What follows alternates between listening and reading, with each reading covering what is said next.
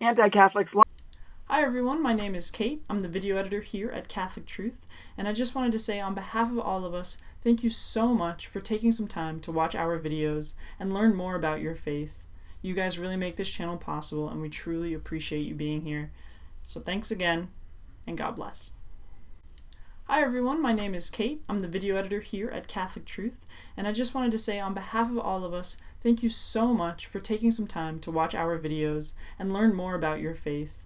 You guys really make this channel possible, and we truly appreciate you being here. So thanks again, and God bless. Love to say you don't need tradition. You don't need tradition. The Bible says only the Bible is what you need, except the Bible doesn't actually say that.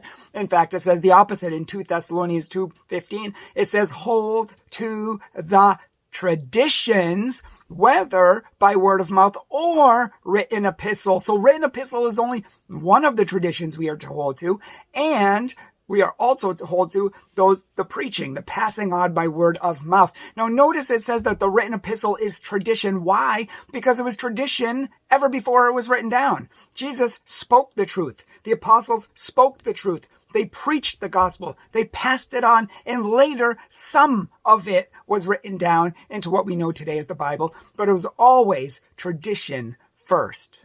This gentleman says the Catholic Church puts the church before Christ. But notice, he doesn't actually say how the church does that. The Catholic Church has never done that. How would you put the church before Christ when Christ made the church? He gave his authority to the church. He gave his authority to the leaders. And the leaders took Jesus' word and spread it around the world. And they protected that word from anyone who would try to change it. That's the function and job of the church, as opposed to 50,000, 100,000, millions of individual Protestant interpretations on the Bible. They just go by the Bible and everybody disagrees with each other. Everyone makes up their own theology. Everyone thinks they're right and thinks everyone else is wrong. But the Catholic Church is the one that guards the Bible, guards that truth that Jesus gave us 2,000 years ago that has been handed on. And so that's the function of the church. So it's not that the church comes before Christ, it's that the church serves Christ. Protestants try to prove the Bible alone using a verse in Corinthians which says, do not go beyond what is written. Even the Protestant reformers said this was a terrible verse to try to prove sola scriptura, because what does that even mean? Don't go beyond what is written. Well, some Protestants will say, well, don't go by the Bible. Don't go beyond that. Don't add your traditions. Well, it doesn't actually say that. Can you see how Protestants actually read their traditions into the Bible? That's not actually there. It doesn't say don't go beyond the Bible. In fact, at the time, there was only the Old Testament. So if we're going to take this logically and rationally, it means don't go beyond the Old Testament, or maybe beyond the letters of Paul since he was writing them at the time, or maybe Paul didn't want the Corinthians to go beyond those letters at all. It doesn't say. So we can't read sola scriptura into the Bible, especially in this passage when it's not there. Earth's mightiest heroes. Who are Earth's mightiest heroes?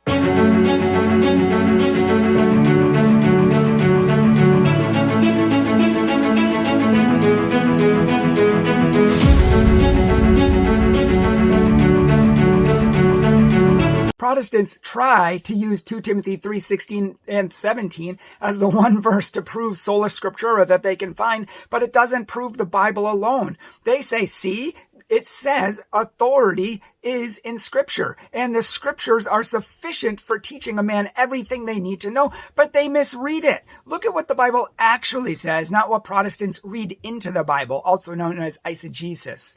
It says that all Scripture is inspired by God and is profitable for teaching, training, and so on and so on and so on, that the man may be complete in every good work. So notice that it doesn't say Scripture is sufficient. It doesn't say that.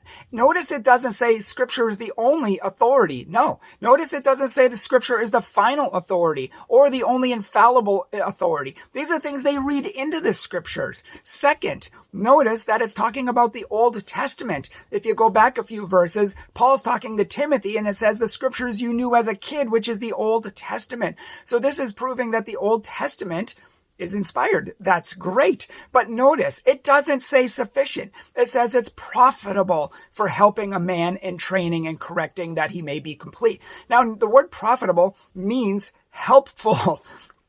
Helpful means helpful, not sufficient, not complete. This is what they read into the Bible. If something is helpful, if I play baseball, it's helpful for me to learn how to bat, but it's also helpful for me to learn how to pitch. It's also helpful for me to run around bases and to do other things, especially when the Bible tells you to hold to the traditions, whether by word of mouth or by written epistle in 2 Thessalonians 2:15. Catholics, I don't know about you, but I am convinced. This person convinced me to leave the Catholic Church just by insulting me and calling me names and telling me I'm a wicked child of the devil and I'm going to burn. I'm convinced I'm leaving the Catholic Church today. No, not really. Unfortunately, so many people are really bad at evangelization, and they don't have good arguments, which is why they have to resort to calling people names and insulting them and condemning them and trying to... That's literally all they have. They don't have facts. If they had facts, they would present the facts. If they could make a good intellectual argument, they would, but they can't and they don't, which is why they resort to this kind of immature and kind of noob apologetics and evangelization. It doesn't work. Anytime somebody asks me about the Catholicism, this is my basic answer. I don't pray to dead people. Mary was an amazing woman. Peter, Paul, all of them incredible people. Awesome. But they're dead. Jesus is not dead. I pray to him.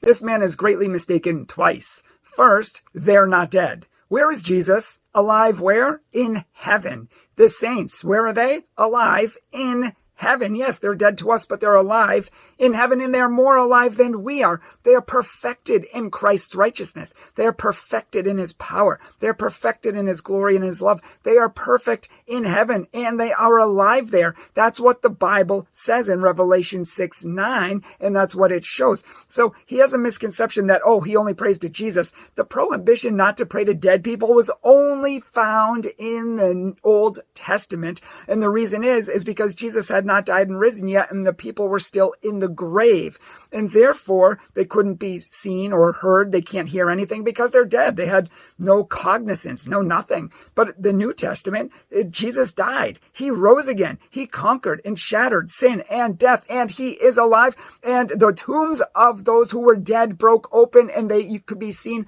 alive again. That's what it says at the end of the book of Matthew. And Revelation 6:9 shows that they're alive, cognizant. They remember. They know things. And Revelation 5:8 shows that they're bringing our prayers before God. So they're not dead. Yeah, to us they are, but they are eternally alive in heaven. And therefore we can ask for their prayers, and they can bring our prayers before God. And there's nothing wrong with that. This man can't find a single verse where it says, don't pray to saints in heaven.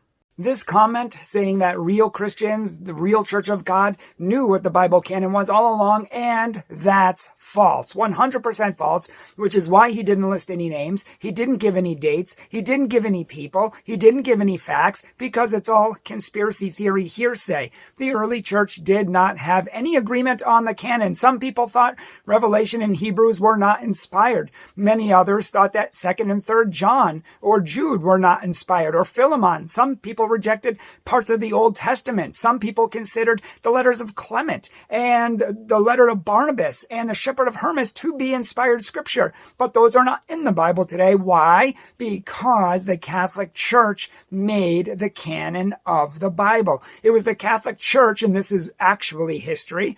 You can find it in encyclopedias. You can find it in history books. And you can find it in, with historians. But actually at the Council of Rome in 382, we canonized the scriptures under the authority and inspiration of the Holy Spirit. And then we finalized the canon in 397 AD at the Catholic Council of Carthage.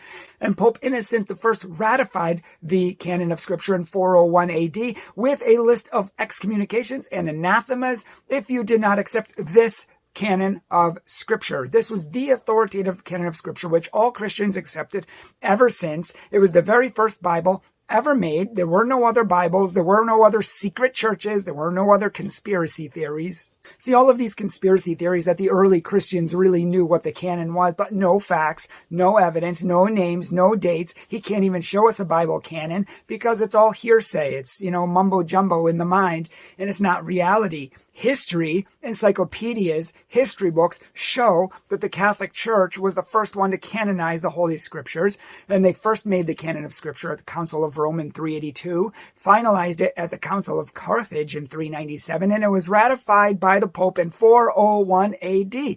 After 401 AD, that was the official canon of Scripture, first ever only, and there was excommunication and anathemas attached to it if anyone didn't accept this canon. And by the way, it did have the 7 extra books that Protestants accuse Catholics of putting in the 1500s. They were there in the first Bible, and they're all along, and in every Bible for 1100 years until Protestants removed them in the 1600s and more fully in the 1800s. So it was the Catholic Church that canonized the Bible, copied it for 1,000 years, translated it into different languages, and taught it to the world. Apologetics and evangelization pro tip: don't argue like that. Why? Because it doesn't convince anybody. Just making a statement, Catholics aren't Christian, what is that? That just is your opinion, unless it's backed up by facts. If you want to evangelize properly, then give facts and evidence. So, for example, you can say, we don't believe Catholics are Christians for 3 reasons, or here are the 3 reasons that Catholics are not Christians. And then you can list them, and you can have a discussion about them. But I'm not going to be convinced by that. Nobody is, unless you give some evidence, like the 3 reasons. I could say, well, to the contrary, the Catholic Church is the original church started by Jesus, so it's the original Christian church. Now, I believe that's true, but that's not going to convince anyone who doesn't believe it without facts. You need to offer evidence. So one reason the Catholic Church is true is that it goes back to the time of Jesus. It's the only church that can trace its lineage and history back 2,000 years. Other people say, no, there were other Christians around at that early stage, but really, who were they? No other church can trace back 2,000 years, and if you think they can, then give me proof. Tell me your leaders. Give me 3 leaders in the 4th century of your church, the 3rd century, the 2nd century. Go ahead. Give me your church leaders. I want to know their names. I want to know when they lived. They didn't exist. Only the Catholic churches once did, like Tertullian, Origen, Hippolytus, Augustine, Ignatius of Antioch, Justin Martyr, Irenaeus, Basil, Caesarea. I could name a ton of them, except these are all Catholic leaders within the first 3-4 centuries, and they were all Catholic. And so we know that the Catholic Church goes back to the time of Jesus, whereas other people claim it. It's just not true. Another reason we know that Jesus started the Catholic Church is because you can look in any encyclopedia and find a list of 265 popes from Pope Francis all the way back to Peter. It gives their names, it gives their dates, and it's another way we show that we go back to the earliest centuries. And a third reason we know that the Catholic Church goes back to the time of Jesus is because of the catacombs. The catacombs were underground burial chambers for the first 300 years of Christianity, and Christians had to worship underground because they were persecuted by the pagan Roman Empire, who is trying to destroy them and wipe them off the face of the map. Now, ignorant anti-Catholics say, oh, the Catholic Church was killing Christians for the first 3 centuries. No, other Christians didn't exist until the Protestant Reformation and until the Orthodox broke away, and Coptics and some others. But in the first 3 centuries, there were only Catholics, and we were killed by the Roman Empire. And we know this because there's proof down in the catacombs. There's prayers to the saints written on the walls. There's Mary. There's pictures of the Mass. There's altars. There's all these things that are Catholic. There's popes, priests, bishops of the Catholic Church buried down there. So we know for a fact that the Catholic Church goes back to the time of Christ. And the Catholic Church is 2,000 years old, and therefore was started by Jesus, unless you can find another church that's 2,000 years old. Hi everyone, my name is Kate. I'm the video editor here at Catholic Truth, and I just wanted to say on behalf of all of us, thank you so much for taking some time to watch our videos and learn more about your faith. You guys really make this channel possible, and we truly appreciate you being here. So thanks again, and God bless.